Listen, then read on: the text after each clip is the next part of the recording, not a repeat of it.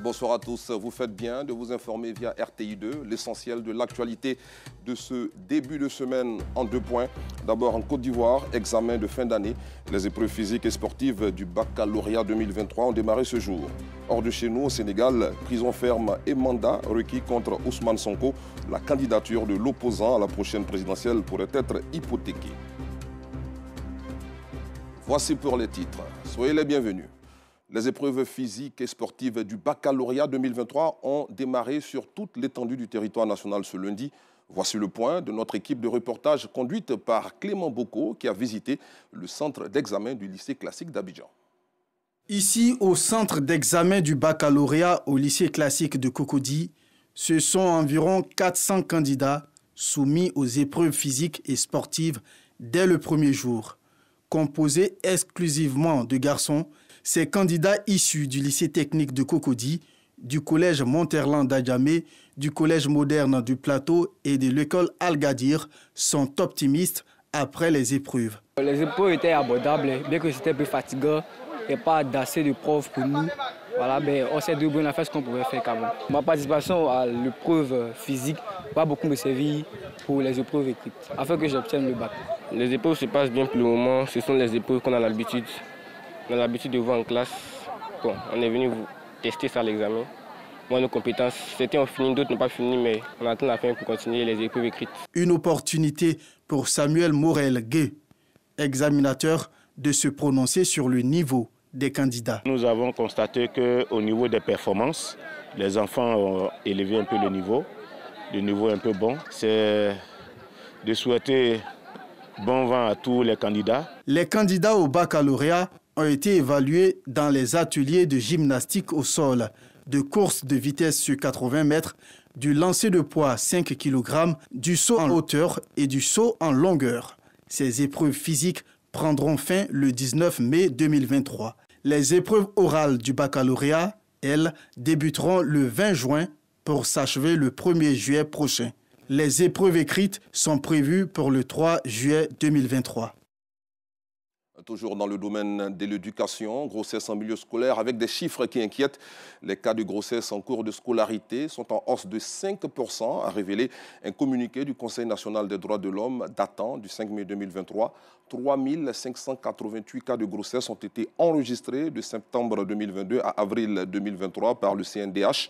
Les régions les plus touchées sont celles de la Nawa, du Poro, du Béké, de la Maraoué, du Haut-Sassandra, des Grands Ponts, du Go, de l'Agnibi-Tiassa et San Pedro. Dans l'actualité nationale également, le Salon international de la filière du bétail et de la viande de l'Afrique de l'Ouest s'est tenu récemment au Palais de la Culture d'Abidjan-Treichville. Cette activité a été marquée par une exposition de bétail et de divers produits proposés par les pays participants. Durant plus de 3 jours, les visiteurs ont pris du plaisir à profiter de ce grand rendez-vous. Et ce n'est pas Justin Kwasi qui nous dira le contraire. Éleveur depuis son bas âge, Sam Kamara avait pour ambition de présenter ses bétails au grand public. Un rêve qui devient réalité à la 2e édition du Salon international de la filière bétail et viande de l'Afrique de l'Ouest et la foire au Camilede dans la commune de Treichville. Une activité au cours de laquelle il a exposé ses 2 plus gros bétails au parc animalier réservé aux acteurs de la filière bétail. Des bêtes qu'on a élevées nous-mêmes ici sur place et quand on expose ça comme ça et qu'on présente, ça nous fait plaisir quoi. Les gens viennent, ils sont étonnés même d'autres. Ils disent mais comment ça a très vite, vous avez fait ça, on dit oui. Ouais, ils disent ah, mais c'est beau. Ça nous permet de nous présenter au monde, mais financièrement aussi, ça nourrit son homme. La gastronomie est aussi au rendez-vous, pas n'importe laquelle. La viande braisée attire les visiteurs qui se bousculent pour se l'arracher. Ici, la viande de chameau est prisée. Je mange la viande du chameau. Il y a eu des amis qui sont allés au quartier. Ils sont allés, ils ont envoyé la viande là-bas. Nous avons mangé. Ça nous a plu. Voilà pourquoi nous sommes arrivés ici aussi. Wow. Déguster aussi. Très bon. À quelques kilomètres de là se tient une exposition de divers produits. Une exposition marquée par la participation des pays de l'Afrique de l'Ouest. On est les premiers au monde en termes d'élevage des chameaux. Et c'est pourquoi nous voulons aussi faire connaître les chameaux même, surtout par rapport aux pays de l'Afrique et surtout les pays côtiers, tels que la Côte d'Ivoire, tous les pays côtiers. Parce que généralement, ils n'ont pas la chance de voir les chameaux. Nous avons eu l'occasion d'échanger avec d'abord la population de la Côte d'Ivoire. Nous l'avons fait connaître qu'est-ce que le produit du chameau. Et d'autre part, nous avons eu la rencontre avec tous les participants venant des pays membres du CEDEAO. Les produits vivriers, ils vont avec la viande. Donc c'est dans cette optique-là que nous sommes là aujourd'hui, présenter nos produits. Ça se passe très bien, oui. Nous avons vraiment aimé d'être ici. De quoi satisfaire les besoins des visiteurs. Je fais de l'élevage aussi à Toumoudi. Ça fait que chaque fois qu'il y a ces genres de rencontres, on vient pour acquérir quelques informations des grands éleveurs et les conseils qu'ils donnent pour améliorer nos petites connaissances à la fin de pouvoir évoluer. La deuxième édition du CIVAO s'est déroulée du 27 avril au 1er mai, un véritable cadre d'échange et de partage pour les participants. Un élément commenté par Anicette Conan. Dans le Haut-Sassandra à présent, précisément à Aboka, dans la sous-préfecture de Ibogué, département d'Issia, les femmes réunies au sein de l'association Ayébé veulent se mettre à l'abri du besoin et contribuer à l'autosuffisance alimentaire prônée par le chef de l'État ivoirien. Elles ont donc décidé de se mettre ensemble pour produire des cultures vivrières, le manioc, le riz, l'aubergine, le gingembre, la tomate, pour ne citer que cela. Leur association a fait récemment sa sortie officielle en présence de Clément Boko. Comme tous les matins, les femmes d'Aboka se rendent dans leur champ de vivrier. Au sein de leur association dénommée Ayébé, c'est-à-dire Amour en langue nyambois, elles produisent du riz, du manioc, du gingembre et bien d'autres cultures. Avec cette activité, elles subviennent aux besoins de leur famille et posent des actions de portée sociale. Nous avons créé cette association pour aider les veuves, les personnes âgées, les orphelins, les enfants qui ont perdu leur père, qui n'ont pas de moyens pour aller à l'école. Puisque nous sommes des gabis, nos plantations sont éloignées. Donc quand on fait ces récoltes-là, on n'a pas de moyens pour les faire sortir. Donc nos produits pourrissent en brousse. Pour trouver des solutions aux difficultés qu'elles rencontrent, l'association Ayébé appelle à l'aide de bonne volonté. Nous sommes des femmes travailleuses et nous avons plusieurs plantations. Donc nous voulons que l'État nous aide à améliorer et à valoriser la culture de chez nous. Venus soutenir l'action des femmes, les fils et filles de la région sont à Aboka pour saluer l'effort consenti par ces braves dames. Elles assurent la sécurité alimentaire de leur famille et de leur village en produisant et transformant la plupart des aliments disponibles. C'est pourquoi je voudrais saluer les efforts des femmes d'Ayébé pour leur courage. En une année, les résultats de leurs travaux sont visibles. En tant qu'envoyé du ministre Touré Mamadou, celui-là même qui est notre responsable dans le Haut-Sassandra, la vision du chef de l'État est exprimée ici par ces femmes-là. Ce sont des travailleuses.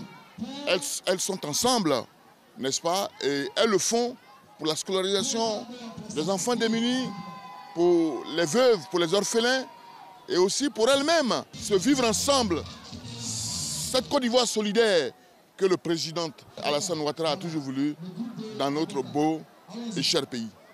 L'association Ayébé a vu le jour il y a à peine 3 ans, mais compte déjà à son actif plusieurs actions caritatives. De l'humour à présent dans cette édition, la 3e édition de la grande émission à succès de la RTI Bonjour a eu lieu dans la capitale française. Pour ce Bonjour 2023 à Paris, les humoristes ont conquis et séduit le public le samedi 6 mai dernier à l'espace Martin Luther King. Au cours de ce show humoristique, le talent et le savoir-faire de Adrienne Coutoin ont été reconnus. La comédienne a été donc honorée et décorée par l'ambassadeur de Côte d'Ivoire en France, son Excellence M. Maurice Kwaku Bandama, qui représentait la ministre d'État Kandia Camara, marraine de ce grand rendez-vous du rire. Voici donc le reportage de nos envoyés spéciaux à Paris, Pargasoro Kone de Madongui et Mamadou Touré. Espace Martin Luther King de Paris. Nous sommes à moins de 2 heures de Bonjour Paris, que déjà dans le hall, les spectateurs mobilisés s'impatientent à regagner la salle du spectacle. Personne ne veut se faire compter l'événement. Pour certains, c'est une première. C'est la toute première fois. Je n'avais pas entendu parler avant, donc c'est la première fois et je suis super intéressée. J'ai hâte de voir comment ça va se passer. On vient en belle famille, l'unité, ensemble, on vient pour rigoler. Et on big up Boaké, la belle famille, ici, ils nous voient. Et pour ceux qui ont réussi à avoir accès à la salle après l'ouverture des portes, compte le temps. Actuellement, on est pressé parce qu'on veut les voir vraiment et vraiment, ça va faire plaisir à toute la famille. Si le public, lui, est impatient de voir le spectacle, dans les coulisses, humoristes, comédiens et artistes-chanteurs se disent stressés mais confiants pour assurer au public parisien un bon et beau spectacle. Le stress y est mélangé. Ouais, nous sommes à quelques secondes de monter sur le podium de Bonjour Paris 2023. Pour moi, je veux dire que c'est un challenge. Très très prêt pour la soirée, vraiment on va cartonner ce soir. RTI, ils ont confirmé Paris. Je suis prête pour faire du bim. Quant aux techniciens de la RTI et de la diaspora, ils procèdent au dernier réglage. Oui, nous sommes prêts à tout le monde, c'est la RTI quand même. Dès le démarrage du spectacle, humoristes, comédiens et chanteurs sur le podium tiennent le public en haleine. Papa, là, tu as dû réussir. Ah, tu connais même plus ton village. La prestation des humoristes est fort appréciée par le public de la capitale française, mais également par les partenaires de Bonjour. C'est extraordinaire, c'est quelque chose de magique en fait. Et nous remercions toute l'équipe de la RTI et merci pour tout ce que vous faites pour la diaspora. On les voit de près aujourd'hui et c'est un spectacle de très grande qualité. Je finis pas de rire sincèrement. Big up à la RTI. Chez nous, on construit les maisons nous-mêmes et vous venez, vous choisissez la maison qui vous plaît. Tout comme le public, l'ambassadeur de Côte d'Ivoire en France représentant le ministre d'État Kandia Camara, marraine de cette édition, et le directeur général de la RTI se réjouissent de la prestation de l'ensemble des artistes. Madame la ministre d'État Kandia Camara nous a recommandé de la représenter et de traduire à nos compatriotes sa satisfaction. C'est toute la culture ivoirienne qui est célébrée ici à Paris. Et je dis merci à la RTI. C'est une soirée exceptionnelle que nous avons vécue. Bravo aux artistes, bravo à son Excellence l'ambassadeur, à la marraine, la ministre d'État Kandia Camara, à tout le public, à l'équipe de la RTI, à tous les Ivoiriens, tous les Africains et les amis de l'art qui sont venus vraiment communier avec la RTI à ce bonjour. Bonjour Paris, une opportunité exceptionnelle pour reconnaître les valeurs, les mérites et le talent de la comédienne Adrienne Coutouin. Vous êtes fait docteur honoris causa du Centre international de recherche académique du Texas aux États-Unis.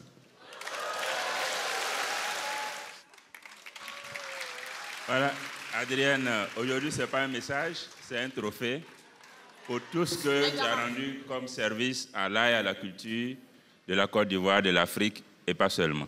Merci et bravo pour tout.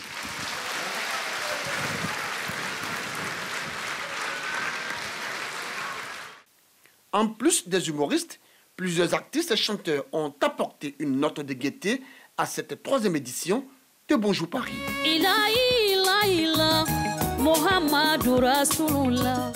Félicitations donc à toute l'équipe de Bonjour Paris. À l'international, au Sénégal, les magistrats réclamaient ce lundi une peine de prison ferme et la délivrance d'un mandat d'arrêt contre Ousmane Sonko lors d'un procès en appel pour diffamation dont pourrait dépendre sa candidature à la présidentielle de février 2024.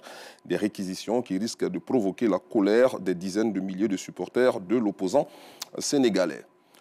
Toujours sur le continent, l'Organisation des pays d'Afrique australe a promis aujourd'hui d'envoyer des troupes dans l'est de la RDC, sans préciser de date ni leur nombre, lors d'un sommet en Namibie. Le sommet de la communauté de développement d'Afrique australe a approuvé le déploiement de forces afin de restaurer la paix et la sécurité dans l'est de la RDC. Retour en Côte d'Ivoire pour parler sport football. La FIF a organisé une conférence de presse ce jour dans la commune de Port-Boué avec 11 points à l'ordre du jour. L'objectif de cette rencontre était bien sûr de faire l'état des lieux un an après la prise de pouvoir de Yacine Idriss Diallo et son comité exécutif. Les détails dans cet élément de Pascal Koné. 360 jours après sa victoire à l'élection de la Fédération ivoirienne de football, le patron de la Maison de Verre et son équipe dressent le bilan de l'an 1. Un bilan axé sur 11 points clés, la modification des statuts, la bonne gouvernance, les relations internationales, le lancement de toutes les compétitions, le renforcement du partenariat avec la RTI et les perspectives. Nous l'avons dit lorsque nous étions en campagne, c'est que la bonne gouvernance et la transparence, c'est le moyen qui vous permet de donner confiance et de faire en sorte que nos sponsors, ceux qui sont en fait ceux qui nous font vivre, soient rassurés sur nos qualités, nos capacités de gestion et qu'ils nous accompagnent dans cet exercice. Au niveau des relations internationales, nous avons essayé de repositionner la Côte d'Ivoire au plan international. C'est ainsi que nous avons participé, depuis que nous sommes élus, à la relance du programme FIFA Forward, au programme de modernisation des infrastructures financées par la FIFA. Nous avons aussi participé de façon active aux activités de la CAF. Le président du COCAN, les membres du comité exécutif, les présidents de clubs, les groupements d'intérêt et les présidents d'associations sportives se disent satisfaits de ce bilan. C'est un bilan qui est vraiment satisfaisant pour nous les clubs. Nous, en tant que club de l'intérieur, Azida Bangourou, nous souhaitons aussi que nos infrastructures qui n'ont pas bénéficié du COCAN soient revues pour qu'on puisse jouer à domicile. L'union sacrée autour des éléphants pour la victoire à la Coupe d'Afrique des Nations est un combat commun pour la famille du sport. Un vœu, former un commando de 25 joueurs prêts à remporter la CAN 2023.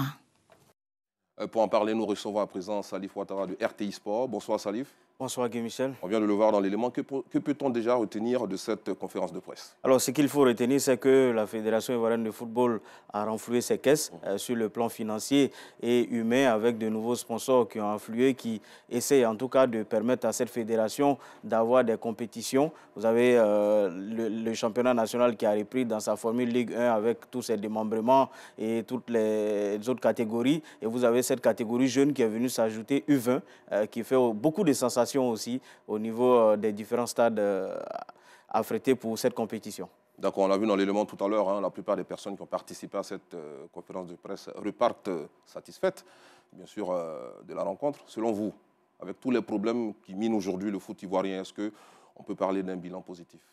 Un bilan positif, je dirais oui au niveau du sponsoring, puisque c'était l'un des projets maîtres du comité directeur lorsqu'il était élu. L'objectif, c'était de vraiment avoir beaucoup de sponsors, ce qui a été fait quand même, ça il faut le reconnaître. Maintenant, est-ce qu'il est totalement positif? Je me pose également la question, parce qu'on sait qu'il y a beaucoup de questions qui restent en suspens, telles que la répartition des droits télé. Les clubs veulent beaucoup plus que ce qui a été déjà fait, même s'il y a eu une augmentation encore sous le président Idriss Diallo. Et puis au niveau de ces clubs-là, il y en a qui sont un peu frondeurs, surtout ceux de l'Est, qui veulent puisqu'ils n'ont pas bénéficié des infrastructures de la CAN, qui veulent quand même qu'il y ait une certaine rénovation de certains complexes là-bas pour que les matchs puissent se dérouler à domicile. D'accord. Nous sommes pratiquement à moins de 8 mois de la CAN dans notre pays, la CAN 2023. L'équipe nationale, aujourd'hui, les avis sont partagés. Elle ne convainc pas comme on le souhaite, comme le souhaitent de nombreux Ivoiriens. Selon vous, quelles devraient être les grandes décisions, bien sûr, du président Yacine Idriss Diallo? Justement, après un an, c'est aussi l'un des points de brouille, je pense. Effectivement, il y a eu un sélectionneur, Jean-Louis Gasset, qui a été annoncé. Il y avait une certaine volonté d'amener cette sélection-là au plus haut. On a vu tous ces différentes affectations qui sont faites des joueurs qui viennent et qui repartent. Donc, effectivement, il y a ce souci. Mais le président Idriss Diallo l'a déjà dit, un homme convaincu. Il ira jusqu'au bout avec son sélectionneur, c'est ce qu'il a dit. Donc, je ne pense pas, sauf changement, qu'il y ait quelque chose qui amène ce staff-là à partir. C'est sûrement ce staff-là qui ira jusqu'à la CAN, parce qu'il a déjà dit, quand il choisit des hommes, il a confiance en eux. Et je pense qu'avec tout ce qui est en train d'être fait, il ne reviendra pas sur sa décision. D'accord. Pour terminer, la 5 Mimosa affronte l'USM d'Alger en demi-finale allée de la Coupe CAF. C'est donc ce mercredi à Bouaké. Selon vous, quelles sont donc les chances ou même les faiblesses des jaunes et noirs? Les jaunes et noirs doivent impérativement gagner ici à domicile au stade de la Paix de Boaké. S'il n'y a pas de victoire, ce sera extrêmement compliqué parce que l'USMA n'a fait qu'aligner des victoires à domicile. Ils n'ont perdu aucun match depuis que cette compétition a débuté à domicile. Donc si la SEC veut avoir des chances de qualification, veut voir une demi-finale de Coupe CAF cette année, il faut impérativement gagner et ne pas encaisser de but ici, puisque vous savez que la règle du but à domicile compte encore jusqu'à présent dans les compétitions africaines. Donc la SEC doit impérativement gagner son match à Boaké et ensuite, pas forcément qu'on leur met la pression, mais je pense que tous les joueurs sont conscients de cela. Ce sera difficile à Alger parce que tous les tickets ont été déjà achetés et il faut s'attendre à ce que le stade soit plein à craquer. Merci beaucoup Salif Ouattara de RTI Sport. Allez, fin de cette édition, merci de l'avoir suivi. Excellente soirée sur RTI.